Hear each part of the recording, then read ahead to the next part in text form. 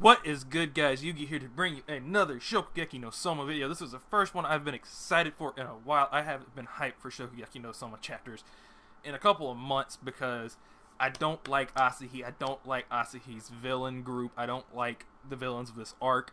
I thought that the Elite 10 being the bad guys of the previous arcs were much more entertaining because like I like Tsukasa, I like Rindo, I like Samurai Guy, I even liked Mimasaka way back when Mimasaka was a bad guy. I mean, he was a complete and total jerk, but he was hilarious. But this chapter cements in what Shokugeki should be. And Shokugeki's not one of those that focuses heavily on the villains. It's something that should focus on Soma. This is Shokugeki no Soma's food war. Okay? This is Soma's battle with anyone that stands in his path. And that's what this chapter cements in. All the judges are not wanting to try Soma's dish because it's fried rice. What do you know? It's Soma. He's making diner food gourmet again. And he combines all of these fancy schmancy things that we've seen other characters use. He's got Chinese rangu or dongpo pork. He's got sparkling water he used to make that. He's got aquapaza that we saw like Akira and we saw Rio use. We got him to see something called Italian dish called poriel. I don't speak Italian.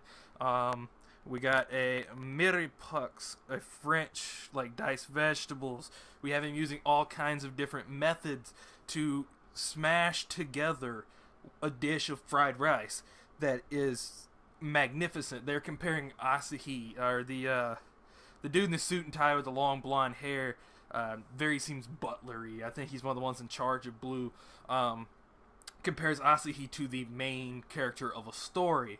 And that's something I found interesting. We don't often really get Soma in these little things depicted as the main character.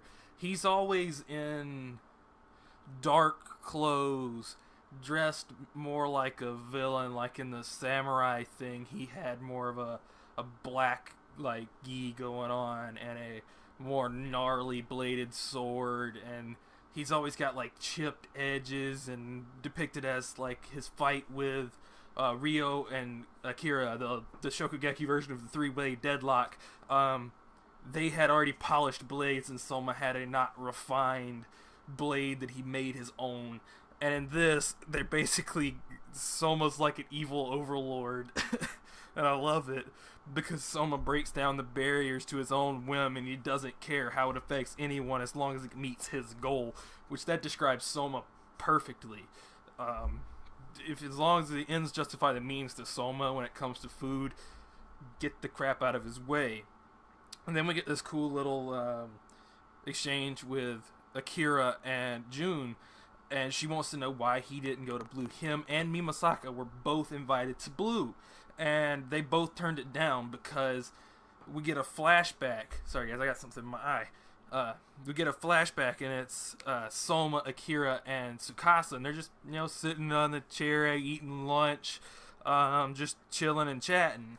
And Soma's trying to work out a food war with Tsukasa, but he's booked, he's got meetings and stuff like that because he's probably still helping Soma out as the first seat, even though at this point this is after everything's been settled and Soma's the first seat. But we find out that Soma gets mad because Akira already has one set up with him, that Soma's monopolized the rest of the senpais, the rest of the third years. He has a battle with Rindo on I believe it's Thursday. He's got a battle with Samurai Guy on Friday. He's got a battle with Momo, the little lolly third seat, on Saturday, and on Sunday he's got I can't remember his name, but he was one of the good guys with the beanie and the little ball on top on Sunday, and he's monopolized all of the other third years, and he has food war set up with them all, and they all say basically the same thing, that Soma, no matter what goes through, he always has a bright smile on his face. Nothing phases Soma. You're a better man than me, Yukihiro Soma. And we get to see them all say, "We're glad we met you, Soma." And they're all saying, and we cut over in his Tsukasa, and he's like, "Oh my god," he's in his timid mode, he's covering his mouth, like, "Oh my god, Tsukasa, oh my god, Soma, I'm sorry I lost my grader to Asahi, but But since it's you, and you are you, basically, it's Yukihira after all, you're gonna win. And we get Akira cutting over. We figured we'd let him have the battle himself for this time. After all, out of our entire generation, he is the undisputed leader. And that coming from Akira, who in the first several arcs of Shokugeki is the one that stands above Soma. He's Soma's goal at Totsuki. Erina's more Soma's goal, but closer in proximity to skill level, Akira is Soma's goal. And even Akira admits he's better than anyone in our generation. And I believe they're the Jewel generation. I believe that's what Senzaemon named them. And we just have Kaki Soma as always. Sorry, I bumped the camera. Hey, Bookmaster, want to try my dish? Because it might be close to that true gourmet, the food you've never seen, never tasted before. It might be closer than anything you've ever seen before. And it brings back lots of memories of my mother. Please give us a freaking flashback with his mother, because that is something that has fascinated me all throughout Shokugeki. Because Shokugeki is one of those shows that's like, romance points were set up because of Joichiro. Because in the first 10 chapters of the manga, Joichiro's true way to want to cook, to improve your skills, find a woman that makes you want to cook. That was what he told Soma. And we have yet to see the woman that made Joichiro want to cook. Joichiro got even more powerful after he left and found his way out of the Tempest.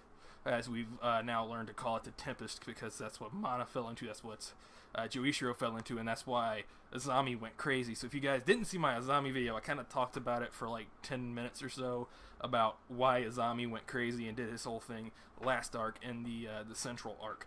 But overall, this chapter was the best chapter we've had in Shokugeki in a while, because I felt more like Shokugeki, because we got to see Soma, we got to see Akira in this chapter, we got to see Tsukasa again. In Shokugeki, I don't really care about the villains when they have nothing to do really with the main cast. Asahi just kind of appeared out of nowhere. We had no build up for Asahi beforehand, but with the Elite 10 and Eren his dad, we had build up, because we knew there was this guy working in the shadows, we knew there was the Elite 10, and they were kind of iffy. They basically tried to work as their own government inside of Totsuki. So that made that interesting. But Asahi just out of nowhere, and Erida's mother was even more out of nowhere. And we just got back off of like getting Erina in a better mental state.